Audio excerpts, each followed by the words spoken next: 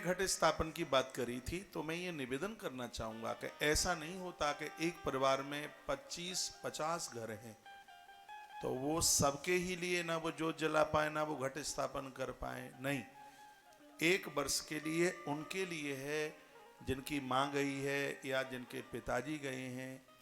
अपना वो एकदम जो खून का जो एकदम रिश्ता है और उसके जो परिवारी लोग हैं उनके लिए तो वो 13 दिन का सूतक पाया जाता है और आप उसके लिए सालों सालों की पूजा आप छोड़ देते हैं।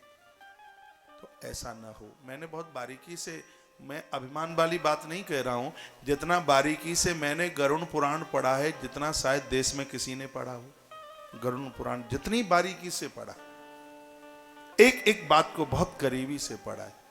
ऐसा नहीं है कि जिसकी फैमिली में 25 घर हैं और कोई गमी हो गई है तो अब एक साल के लिए वो पूरा का पूरा खानदान ही माँ को पूजा नहीं कर पाएगा, घट स्थापन नहीं कर पाएगा।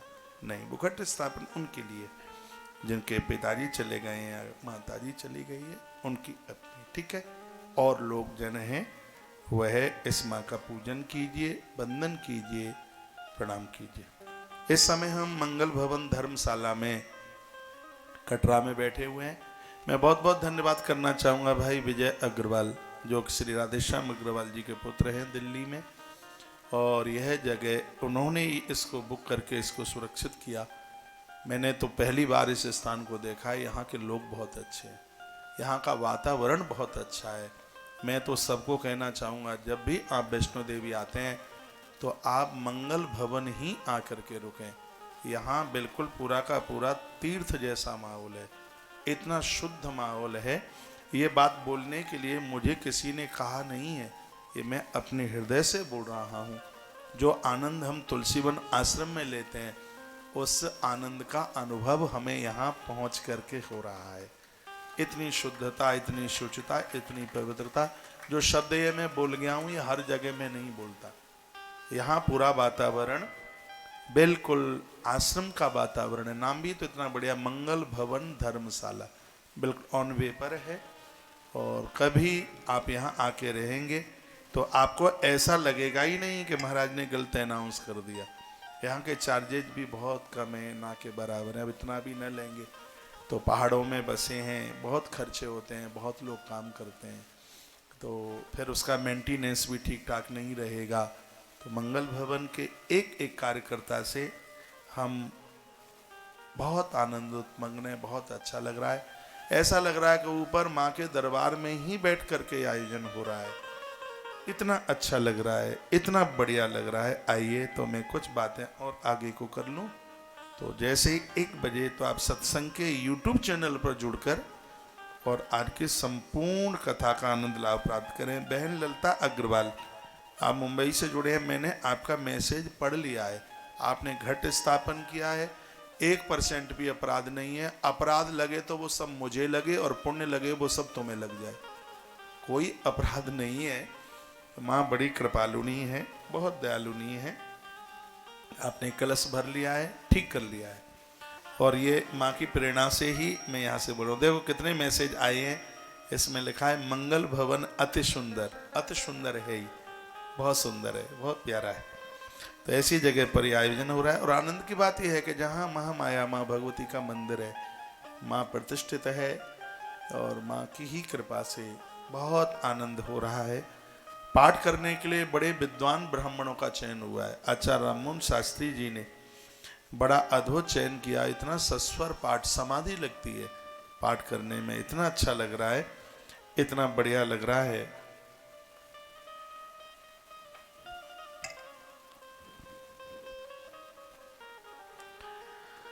तो श्रीमद् भागवतम यस्तु पठेत सुनयादपि श्लोकार्धम श्लोकपादम व सयाति परमाम गतिम।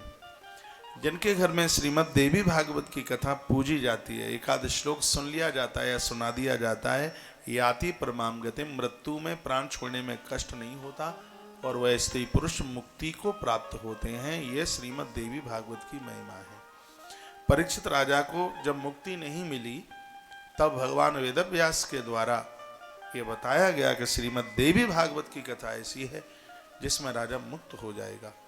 और वह कथा यहाँ वैष्णो पीठ धाम से ये कथा आपके बीच में परोसी जाएगी और यह कथा सुनकर आप बड़े आनंदित मग्न होंगे। आज तो अभी पहला ही दिन है, जैसे जैसे दिन आगे के लिए बढ़ते जाएंगे और वैसे ही आनंद होता रहेगा।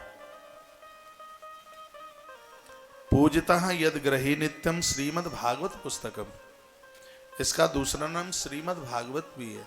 भागवत को 18 पुराणों में लिया गया है और इसको भी 18 पुराणों में लिया गया है। देश में बहुत क्षेत्र ऐसा है जहां भागवत जी को अलग रखा गया है, देवी भागवत को उस जगह रखा गया है। तो इसकी महिमा वैसे ही है जैसे वैष्णव जनों के लिए कौन कर रहा है, श्रीमद् भागवत जी की जैसे महिमा है। तो इसलिए इसमें वर्णन किया गया, पूजतम यद ग्रही नित्यम श्री भागवत पुस्तकम, देवी भागवत को भागवत का रूप दिया गया। धर्मार्थ च कामम च मोक्षम च लभते नरा, जिन घरों में ये ग्रंथ सुना जाएगा, सुनाया जाएगा, वहां चारों पुरुषार्थ चल करके आए। चारों पुरुषार्थ, किसी भी चीज की कोई कमी नहीं रहेगी। संतान प्राप्ति के लिए भी श्रीमद् देवी भागवत की कथा अति उत्तम कथा है। व्यापार वाणिज्य बढ़ाने के लिए, बेटियों को अच्छे घर और वर के लिए, और घर में कोई वृद्ध है उसकी मुक्ति के लिए श्रीमद् देवी भागवत की कथा वरदान है। मैं कुछ और भी कथा वैष्णो देवी में पहुंच के आपको सुना देता, लेकिन मैं देवी भागवत सुना रहा हूं क्योंकि श्रीमद् देवी भागवत की महिमा शक्ति पीठों पर और इसकी महिमा अपने आप में बहुत ज्यादा बढ़ जाती है। तो कालिका पुराण से तो मैं रोज आपको पूजा पाठ सुनाता रहूंगा कि ऐसे करो, ऐसे करो, ऐसे करो, और इसके फलश्रुति में मैं श्रीमद् देवी भागवत की कथा 10 तारीख तक यहां से सुनाऊंगा, जिसको सुनकर के बहुत आनंद मिलेगा, आनंदोत्मग्न होंगे। मुझे मैसेज में पूछा जा रहा है क्या प्रसाद में कालिका पुराण मिल जाएगा? यदि उपलब्ध होगा इस समय बाजार में तो बिल्कुल उसको आपके यहाँ प्रसाद में भेज देंगे। उपलब्ध होगा तब, मैंने अभी जानकारी ली नहीं है। और मैं तो कहूँगा ये ग्रंथ तो सबके घर में होने ही चाहिए, जिन ग्रंथों के द्वारा हमें देवी देवताओं से जुड़ने की बड़ी सुगमता मिलती है, बड़ी सरलता के साथ में हम सब कुछ समझ लेते हैं पूजा पाठ के बारे में। तो मैया के लिए जय श्री राधे। आप कटरा से आए, आपको पता था यह कथा हो रही है? पहले से भी सुनते रहे? अच्छा, बैठिए। अच्छा लग रहा है, बाहर से तो भक्तों को बुलाया नहीं गया। यहाँ के 5-7 कितने स्थानीय स्रोत आ गए। 1 2 3, 2 बच्चे, 3 बच्चे, तो 3 और 3 6 7 8 9 10 11 12 ही लोग हैं कथा में, जिसमें 2 मैया बाहर से हैं, ये अजमेर से हैं दोनों, तो स्थानीय 10 जन। लेकिन ये 10 जन मुझे 10,000 की तरह लग रहे हैं, इतने आनंद के साथ सुन रहे हैं। हाँ, आनंद हो रहा है, बहुत अच्छा लग रहा है, बढ़िया लग रहा है। हम भाग्यशाली हैं कि माता वैष्णो देवी के दरबार से हमें कुछ कहने को सौभाग्य प्राप्त हो रहा है। यम यम चिंतते कामम तम तम प्राप्नोति निश्चितम। आपने क्या पूछा है? अखंड ज्योत जलाई है, उसके बारे में बोल दीजिएगा प्लीज। अखंड ज्योत आप पीतल की भी जला सकते हैं और मिट्टी के सकोरे की भी आप जला सकते हैं। ज्योत में मिट्टी का सकोरा बहुत ज़्यादा प्रभावशाली है, बस इतना है उसमें घी तेल ज़्यादा लगता है, थोड़ा उसका खर्चा ज़्यादा बढ़ जाता है, इससे 2.5 गुना ज़्यादा लगता है उसमें।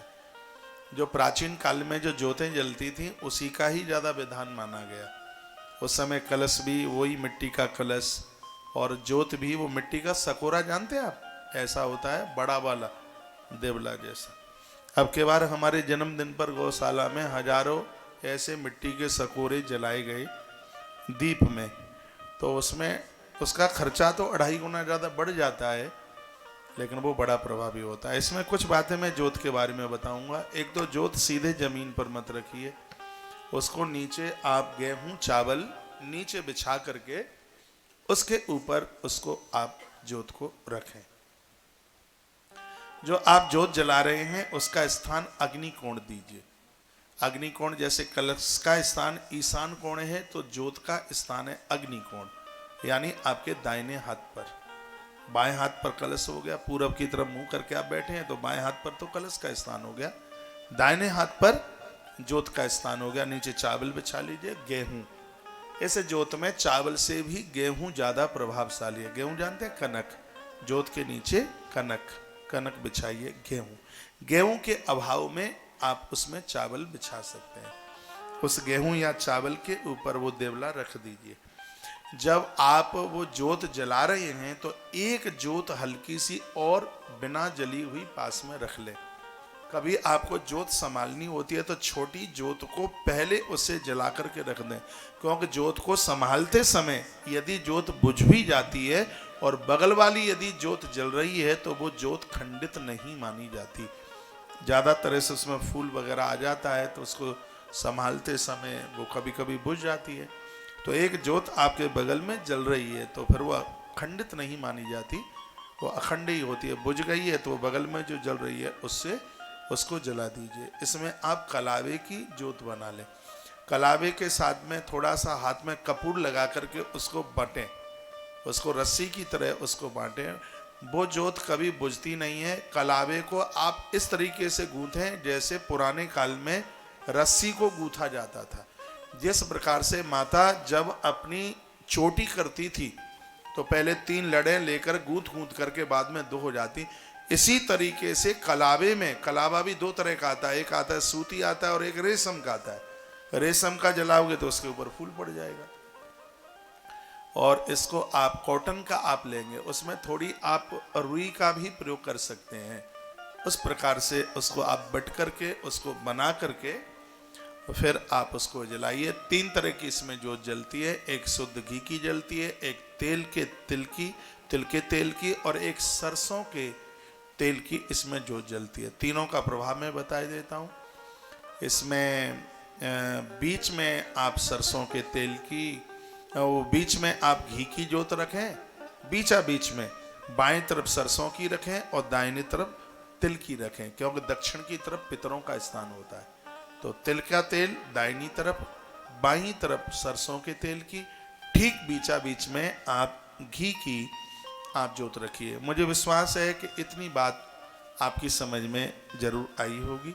जब बत्ती को आप संभालते हैं तो लेट बाथरूम करके नहीं, स्नान करके। यदि आप टॉयलेट लेट नहीं गए हैं तो आप कुल्ला करके हाथ पांव मुंह धो करके आप जोत को आप संभाल सकते हैं। तो इस तरीके से जोत का अपने आप में बहुत बड़ा प्रभाव है। जैसे माँ की पूजा होती है ऐसे ही जोत की पूजा नित्य होती है। तो जोत के नीचे कुमकुम है और फूल इत्यादि से उस जोत को पूजा जाता है और माँ जोत से अति प्रसन्न होती है। उसकी एक चिमटी पास में बिल्कुल रखिए, बुझे नहीं, पंखा चल रहा है तो उसके ऊपर उसका एक ढक्कन सा भी आता है, उसको भी आप रख सकते हैं। किसी कारणवश यदि जोत बुझ जाती है तो मन हल्का मत कीजिए, आप फिर आरती करें माँ की। ये देखो, ये विधान आपको कोई नहीं बताएगा। आप माँ की आरती उतारें और जो आपने आरती में जोत जलाई है उस जोत के द्वारा यदि जोत बुझ गई है तो उसको आप जला दीजिए। आपको जोत बुझने का कोई भी किसी भी प्रकार का दोष नहीं लगेगा। एक बार जयकारा भगवान के नाम का लगाएं। बोलो बांके बिहारी लाल की जय हो, हनुमान जी महाराज की जय हो। आपने अपने घर में जोत जलाई है तो ये बहुत ज्यादा अपने आप में प्रभावशाली है। जोत की महिमा तो है ही दिए की बहुत। एक कर्म साक्षी देव है, कर्म साक्षी देवता है। कहीं किसी कारणवश आपको घर से जाना पड़ रहा है बाहर तो वहां किसी को छोड़कर किसी की ड्यूटी लगा करके जाइए, क्योंकि जिस घर में अखंड जोत जल रही होती है उस घर को सूना छोड़ के जाया नहीं जाता। तो इसमें थोड़ी सी आपको इसमें थोड़ी दिक्कत सी हो सकती है। रात्रि के समय में आप जोत के पास में जोत के पास में वहीं अपना बिस्तरा लगाइए, जोत का ध्यान रखिए। और जोत यदि 9 दिन तक बिल्कुल बुझी नहीं है तो आपका अनुष्ठान अनंत गुना प्रभावशाली अपने आप में हो जाता है। तो ऐसा ध्यान रखें कि जोत को ज़्यादा तरह से बचाया जावे, जोत बुझे नहीं। तमाम बातें आज मैं कालिका पुराण से आपके बीच में बातें रख रहा हूँ, बिना प्रमाण के कोई बात नहीं कहूँगा। ये दिए सब आप बाण गंगा पर आप देख रहे हैं, जो कि कल ये अद्भुत अनुष्ठान हुआ है। नांदी मुख श्राद्ध करके इस अनुष्ठान को आरंभ किया गया है। और नांदी मुख श्राद्ध करके अनुष्ठान आरंभ होता है तो बीच में कोई सूतक, कोई गमी इत्यादि हो जाए तो उसका प्रभाव नहीं होता। इसलिए मैंने आपको बहुत बार कहा है, मैं सर्व प्रकार से आपके पक्ष में हूँ। जहाँ जहाँ तुलसी वन आश्रम के द्वारा कोई अनुष्ठान होता है तो इसमें आप जरूर जुड़ा करें। इस वैदिक मंत्रों पर मैं बहुत बड़ा विश्वास रखता हूँ, क्योंकि मैं अनुष्ठानी हूँ और अनुष्ठानों में मेरा बहुत विश्वास है। रावण के उद्धार के लिए प्रभु श्री राम जी भी तो अनुष्ठान करते हैं। महाभारत के युद्ध से पहले अर्जुन भी तो अनुष्ठान करते हैं। अरे कोई तो बात होगी इस अनुष्ठान की, जहाँ स्वयं देवी देवता अनुष्ठान करते हैं तो हमें और आपको क्यों नहीं करना चाहिए। नवरात्रा का पावन समय है। मैं निवेदन करना चाहूँगा, क्वार की जो नवरात्रा है यह भगवान को मिला देती है, घर में मांगलिक कर्म कर देती है। और चैत्र की जो नवरात्रा है वो गरीबी को जड़ से उखाड़ करके फेंक देती है। इसलिए इस नवरात्रा की इतनी बड़ी महिमा है। इस नवरात्रा में रात्रि जागरण की बहुत बड़ी महिमा है। माता की भेंट गाने की, बोलने की बहुत बड़ी महिमा है। एक एक बात को मैं बहुत बारीकी से आपके बीच में रखूंगा। इस नवरात्रा में माँ भगवती जगदम्बा को ध्वजा झंडा चढ़ाने की बहुत बड़ी महिमा है। जो ध्वजा होती है ना, ध्वजा जिसको झंडा भी कहते हैं, क्या हुआ है, माता रानी के मंदिर में तो ध्वजा की बड़ी महिमा है। आपने भी अपने घर में मंदिर या माँ का दरबार सजाया है तो एक बांस की डंडी के ऊपर उसमें ध्वजा लगा दीजिए, झंडा लगा दीजिए, झंडी लगा दीजिए, 5 लगा दो, ठीक है। एक सामने रख दो, 2 इधर रख दो और 2 इधर रख दो। 9वीं विषम संख्या में आप झंडियाँ रखिए। माँ इससे बहुत राजी होती है, बहुत खुश होती है, माता को अति प्रसन्नता होती है। दुर्गा सप्तशती की किताब लाल वस्त्र में लिपेटी जाती है, देवी भागवत लाल वस्त्र में लिपेटी जाती है और माँ के सामने उसको रखा जाता है। माँ अति प्रसन्न होती है। देवी भागवत में लिखा है, शंख, माला और पाठ करने वाली कोई भी पुस्तक, इसको जमीन पर नहीं रखा जाता। माला को खूंटी पर लटका दीजिए और किताब को तख्ती के ऊपर रखिए, जमीन पर मत रखिए, नहीं तो इसको भगवत दोष में लिया जाता है। तो सामने कैमरा लगाए, आप बैठ जाइएगा। अच्छा लग रहा है, बढ़िया लग रहा है। बोलो बांके बिहारी लाल की जय हो। श्री हनुमान जी महाराज की जय हो। जय जय श्री राधे, जय जय श्री राधे, जय जय। श्री राधे श्याम। आइए एक चौपाई। नहीं तब आधि मध्य अवसान,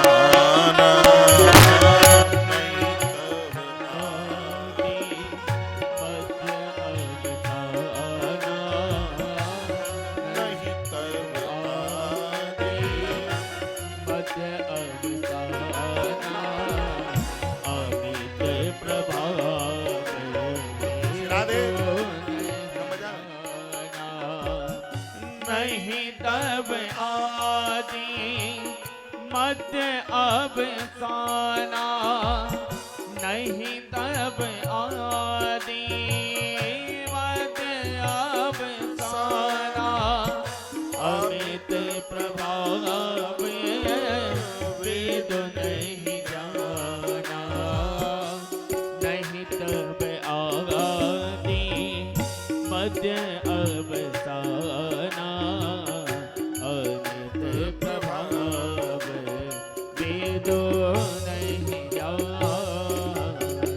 बोलिए भक्तवत्सल भगवान की जय श्री हो। हनुमान जी महाराज जय की। हो।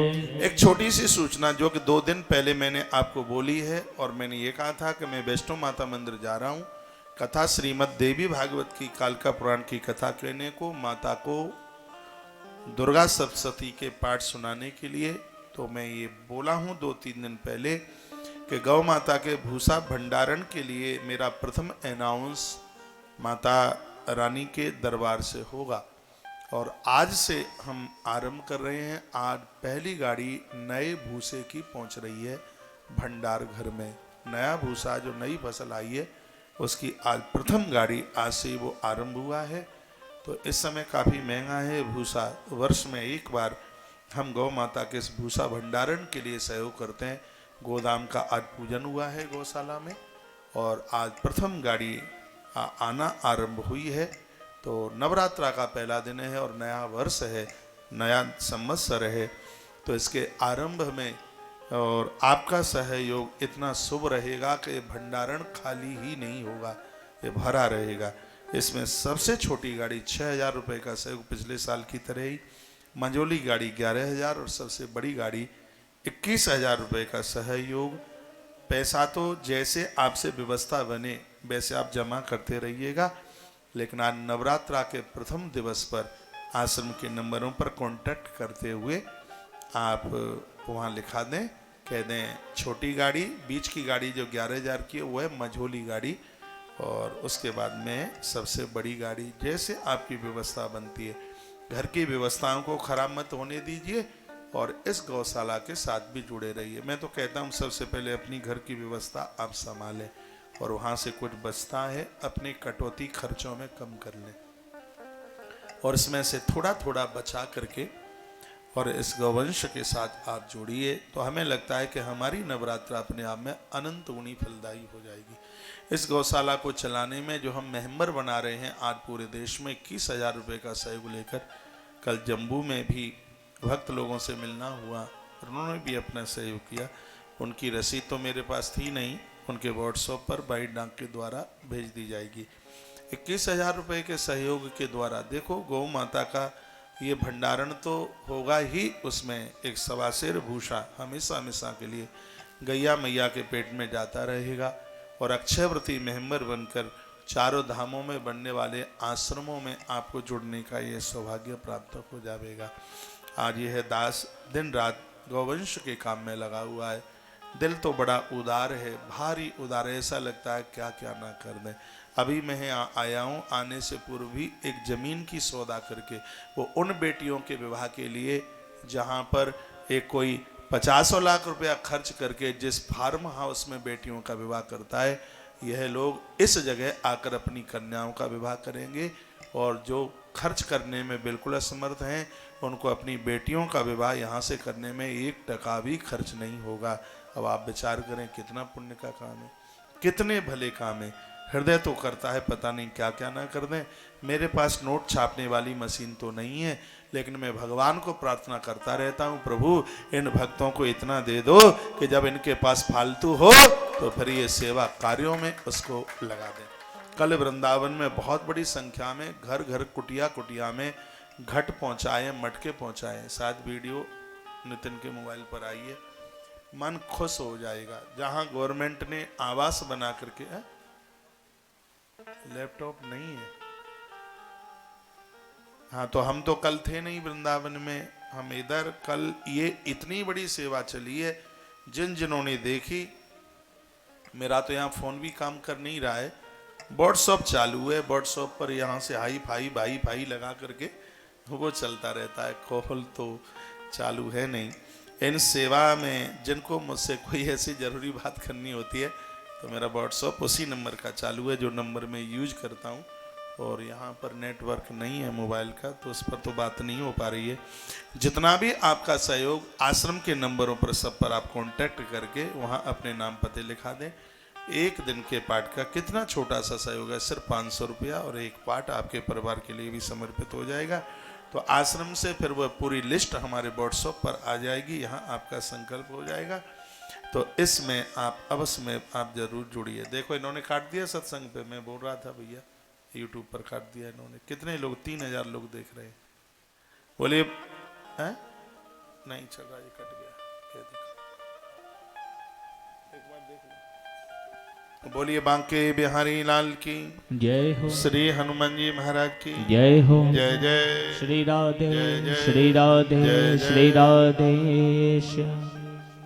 तो इन सेवा कार्यों के साथ में आप जुड़े रहिए। मैं बात को आगे के लिए बढ़ाऊं। पूजिता यद्ग्रही नित्यम श्रीदेवी भागवत पुस्तकम तदग्रहं तीर्थभूतम ही बसतां पाप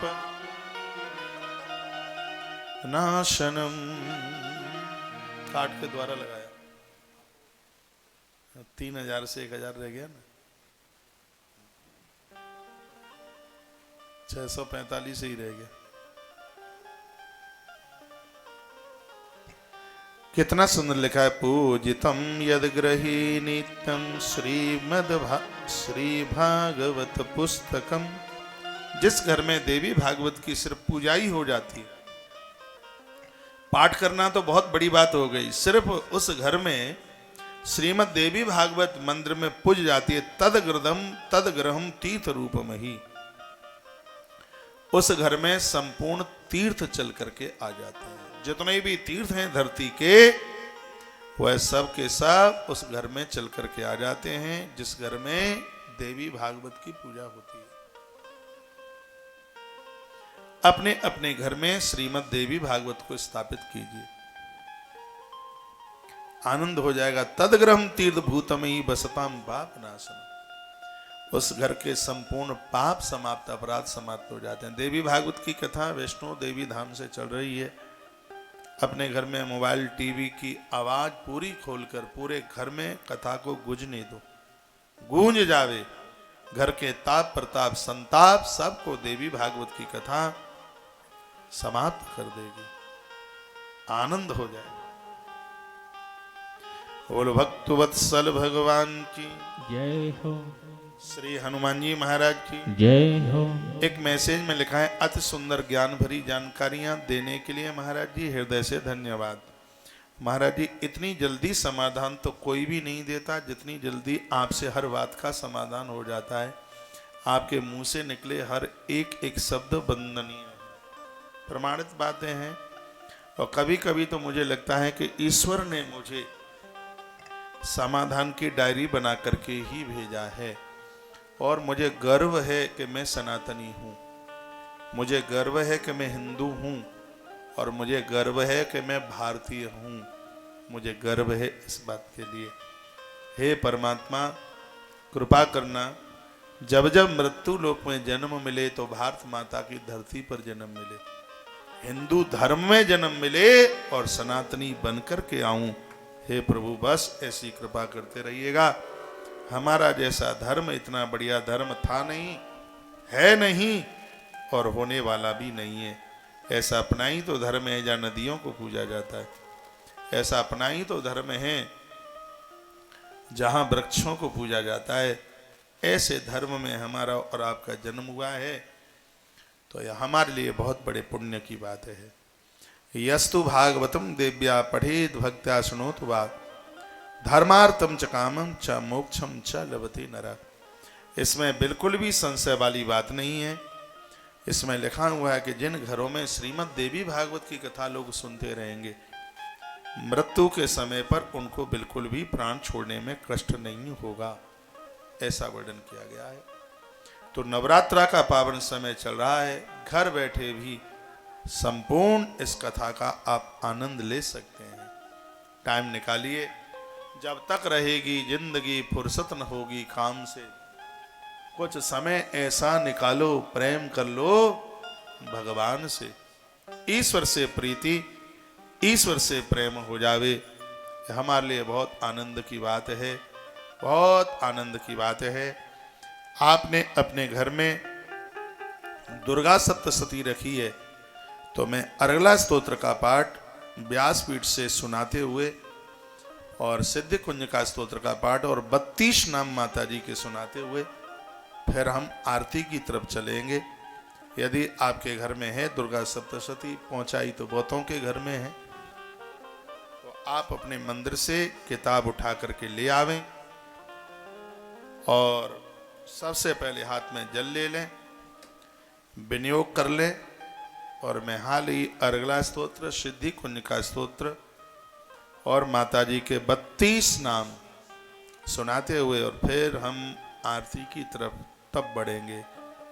तो लगता है कि आज का दिन हमारे लिए बहुत कट रहा है। लाइव देखना, डिस्टर्ब हो रहा है।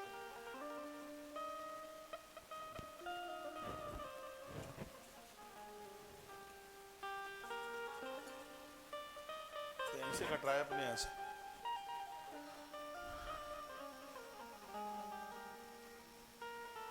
रेंज फुल बढ़ा दो।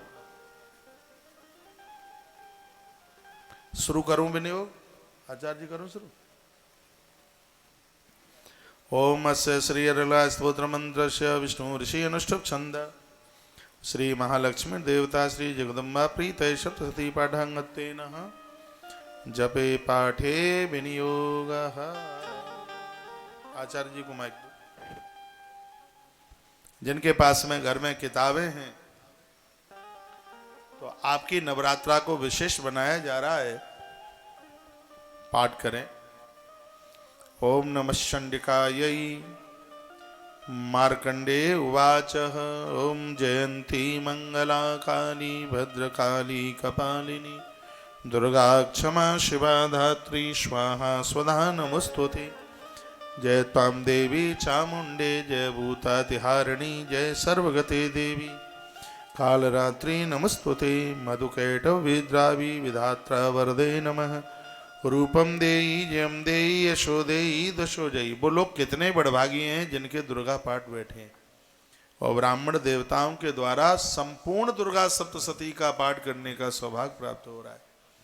दुर्गा सप्तशती का एक आध अंग माँ को समर्पित कर दिया जाए तो माँ इतनी राजी हो जाती है। जिन भक्तों की तरफ से पूरी दुर्गा सप्तशती माँ को समर्पित की जा रही है उन भक्तों के ऊपर माता रानी कितनी प्रसन्न होगी। तो अरला स्तोत्र का श्लोक नंबर 4 निकाल लीजिएगा और बोलिए महिषासुर निर्णासी भक्तानां सुखदे नमः। रूपम देही जयम देही यशो देही दशो जही रक्तबीज वधे देवी चंडमुंडा विनाशिनी। रूपम देही जयम देही यशो देही दशो जही सुम्भस्य निशुम्भस्य धूम्राक्षस च मर्दनी। रूपम देही जयम देही यशो देही दिशो जहि वंदिताग्र युगे देवी सर्वसौभाग्यदायिनी। रूपम देहि जयम देहि यशो देहि दिशो जहि अचिन्त्य रूपचरिते सर्वशत्रु विनाशिनी। रूपम देहि जयम देहि यशो देहि दिशो जहि नतेभ्यः सर्वदा भक्त्या चण्डिके दुरितापहे। रूपम देहि जयम देहि यशो देहि दिशो जहि स्तुवदेभ्यो भक्तिपूर्वं त्वां चण्डिके व्याधिनाशिनी। रूपम देहि जयम देहि यशो देहि दिशो जहि चण्डिके सततं ये त्वाम् अर्चयन्ति ह भक्तितः।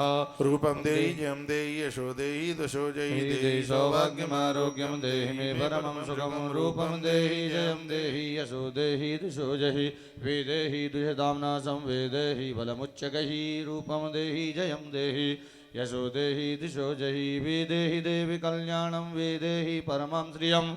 रूपम देहि जयम देहि यशो देहि दिशो जयि सुरासुरशिरोरत्ना निगृष्ट चरणिम्बिके। रूपम देहि जयम देहि यशो देहि दिशो जयि विद्यावन्तं यशवन्तं लक्ष्मीवन्तं जनं गुरो। रूपम देहि जयम देहि यशो देहि दिशो जयि प्रचंड दैत्य दर्पग्ने चंडिके प्रणताय मे। रूपम देहि जयम देहि यशो देहि दिशो जयि चतुर्भुजे चतुर्वक्ता संस्तुते परमेश्वरी। रूपम देहि जयम देहि यशो देहि दिशो जयि कृष्णेन संस्तुते देवी सरस्वतभक्त्या शताम्बिके। रूपम देहि जयम देहि यशो देहि दिशो जयि हिमाचल सुदानाथ संस्तुते परमेश्वरी। रूपम देहि जयम देहि यशो देहि दिशो जयि इंद्राणीपति सद्भाव पूजिते परमेश्वरी। रूपम देहि जयम देहि यशो देहि दिशो जयि देवी प्रचंड दुर्दंड दैत्य दर्प विनाशिनी। रूपम देहि जयम देहि यशो देहि दिशो जयि देवी भक्त जनोद्दाम दत्तानंदोदयंबिके। रूपम देहि जयम देहि यशो देहि दिशो जयि पत्नी मनोरमां देहि मनोवृत्तानुसारिणीं तारिणीं दुर्ग संसार सागरस्य कुलोद्भवाम्। इदं स्तोत्रं पठित्वा तो महास्तोत्रं पठेन्नरः स तो सप्तशती संख्या वरमाप्नोति संपदाम्। जिन घरों में अरला स्तोत्र का पाठ होता है उस घर की देवियां परिवार को तारने वाली हो जाती हैं। इस अरला स्तोत्र में वर्णन है जिसके द्वारा अरला स्तोत्र का नित्य पाठ होता है। जैसे माँ दुर्गा ने महिषासुर को जीत लिया वह स्त्री पुरुष क्रोध रूपी महिषासुर को ऐसे ही जीत लेते हैं। जो नित्य अर्गला स्तोत्र का पाठ करते हैं। साधना में सिद्धि देने वाला सिद्धि कुंज का स्तोत्र है, जिसके लिए आदि शंकराचार्य भगवान बहुत बड़ी महिमा का वर्णन करते थे। कहते थे वो किसी भी देवता की आप पूजा करते हैं, आपकी साधना को सिद्धि मिल जाएगी यदि आप सिद्धि कुंज का स्तोत्र का पाठ करते हैं। आनंद की बात है कि सिद्धि कुंज का स्तोत्र के वक्ता स्वयं भगवान महादेव है। इसका व्याख्यान स्वयं भगवान शंकर कर रहे हैं। आइए सिद्धि कुंज का स्तोत्र का पाठ कर लें। शिव उवाच शृणु देवी प्रवक्ष्यामि कुंजिका स्तोत्रमुत्तमं येन मंत्र प्रभावेण चंडी जापः शुभो भवे। देखिए, एक बात मैं आपको निवेदन करना चाहूँगा, दुर्गा पाठ पूरा करने के लिए नवाहन मंत्र जपने की आवश्यकता होती है। और नवाहन मंत्र में भी जो मंत्र है उसको शुद्ध जपा जाए, किसी के सानिध्य में उनसे पूछ लिया है तब उसको जपा जाए तो और ज़्यादा प्रभावशाली हो जाता है। मान लिया जाए कि आपने ऐसी माला पर जपा जो माला टूटी है, जिसके मन के खंडित हैं, जो मैंने पढ़ा है वो मैं आपको बताऊंगा।